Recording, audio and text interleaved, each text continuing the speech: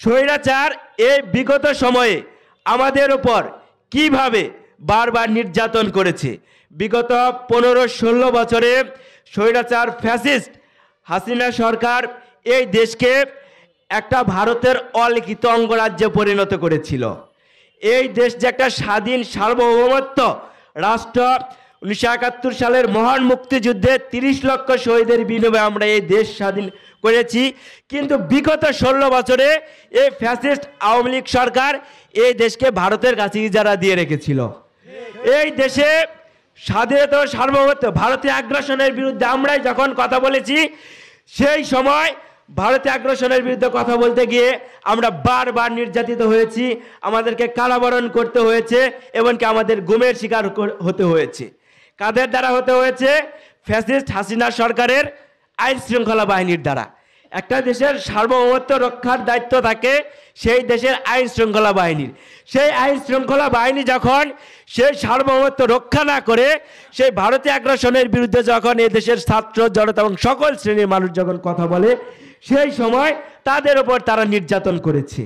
আপনারা বিভিন্ন সময় দেখেছেন, বারবার বলা হতো যারা এ দেশের মানুষের জন্য কথা বলে তাদেরকে পাকিস্তান রাজাকার হিসাবে কিন্তু বারবার একটা তকমা ফ্যাসিস্ট সরকার দিয়েছে। দেখেন, যারা এই দেশের জন্য কথা বলতো তারা কিন্তু ঠিকই দেশে রয়েছে।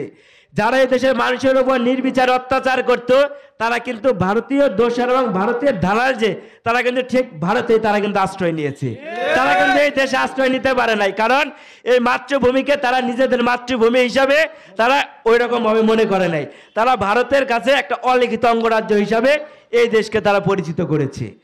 অতীতে কোনো স্বৈরাচার টিকে থাকতে পারে নাই। পাকিস্তান আমলে দেখবেন ইয়াহিয়া এবং আইয়ুব খানের যে শাসনামল ছিল, সেই শাসনামল কেউ হার মানিয়েছে এই স্বৈরাচারী ফ্যাসিস্ট হাসিনা সরকারের এই শাসনামল।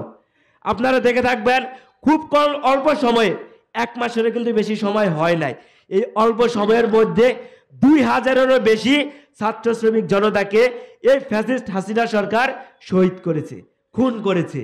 1.5 লক্ষ মানুষকে তারা আহত করেছে। এই 2000-এর অধিক মানুষকে যে তারা শহীদ করেছে, তারা কি নিজেদের জন্য শহীদ হয়েছে?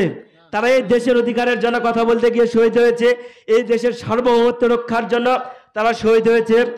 এই দেশে শেখ হাসিনা এমন একটা রাজত্ব কায়েম করেছে, আপনি দেখেন বিগত 15 বছরে শেখ হাসিনা এই দেশের ভোটের অধিকারকে তারা হরণ করেছে।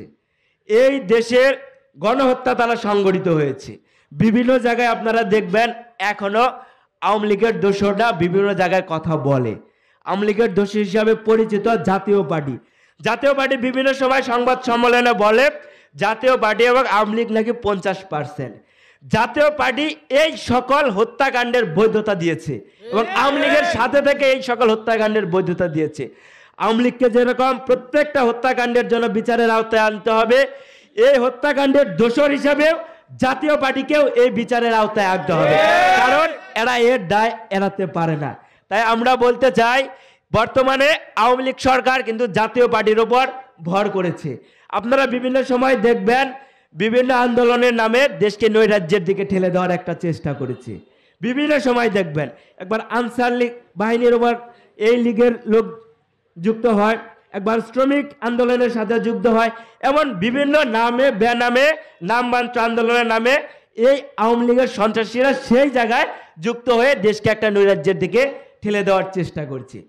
ভারত যে শেখ হাসিনার একটা ডিম পাড়া হাঁস ছিল, তারা কিন্তু ভারতের এই বিগত কয়েকদিনের কার্যকলাপ দেখে কিন্তু আপনারা লক্ষ্য করবেন।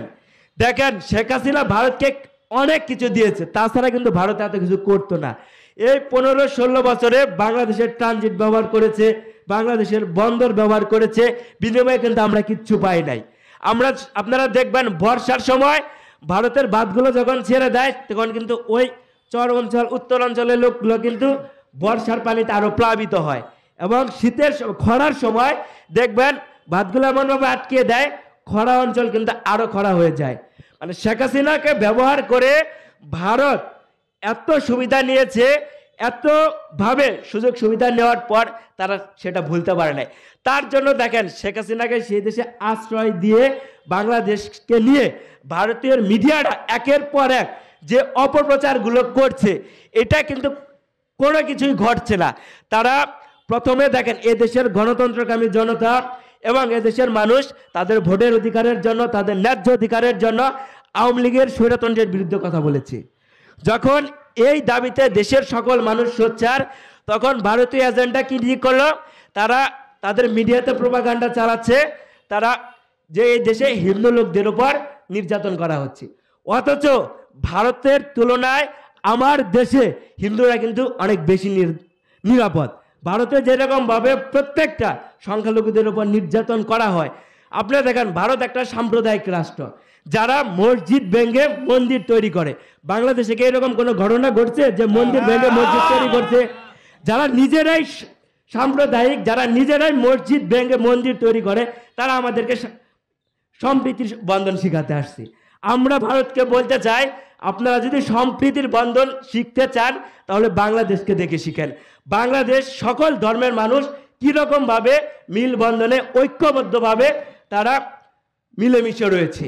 এমনকি দেখেন ভারত শেখ হাসিনার কাছ থেকে যে সকল সুযোগ সুবিধা পেয়ে গেছে, বর্তমানে অন্তর্বর্তীকালীন সরকারের কাছ থেকে সেই সকল সুযোগ সুবিধা পাচ্ছে না বলেই এই সরকারের বিরুদ্ধে, এই দেশের জনগণের বিরুদ্ধে তারা একের পর এক প্রোপাগান্ডা চালাচ্ছে। তাদের মিডিয়া দ্বারা বাংলাদেশকে বহির্বিশ্বে একের পর এক কিন্তু প্রোপাগান্ডা চালাচ্ছে। আমি দেশের সকল মিডিয়া ভাইদেরকে বলবো, যারাই এই দেশের নিয়ে এই দেশকে নৈরাজ্যের দিকে ঠেলে দিচ্ছে এবং ভারতীয় মিডিয়া অপপ্রচারের বিরুদ্ধে আপনারাও রুখে দাঁড়ান। ভারতীয় মিডিয়ায় একের পর এক গল্প কাহিনী বানিয়ে বহির্বিশ্বে বাংলাদেশের ভাবমূর্তি ক্ষুণ্ণ করার চেষ্টা করছে। এইরকম যেন চেষ্টা না করতে পারে আপনারা আপনাদের জায়গা থেকে ভূমিকা রাখবেন। আমরা রাজনৈতিক দল হিসেবে আমাদের জায়গা থেকে ভূমিকা পালন করছি এবং বিভিন্ন জায়গায় কিন্তু আমরা প্রোগ্রাম করছি।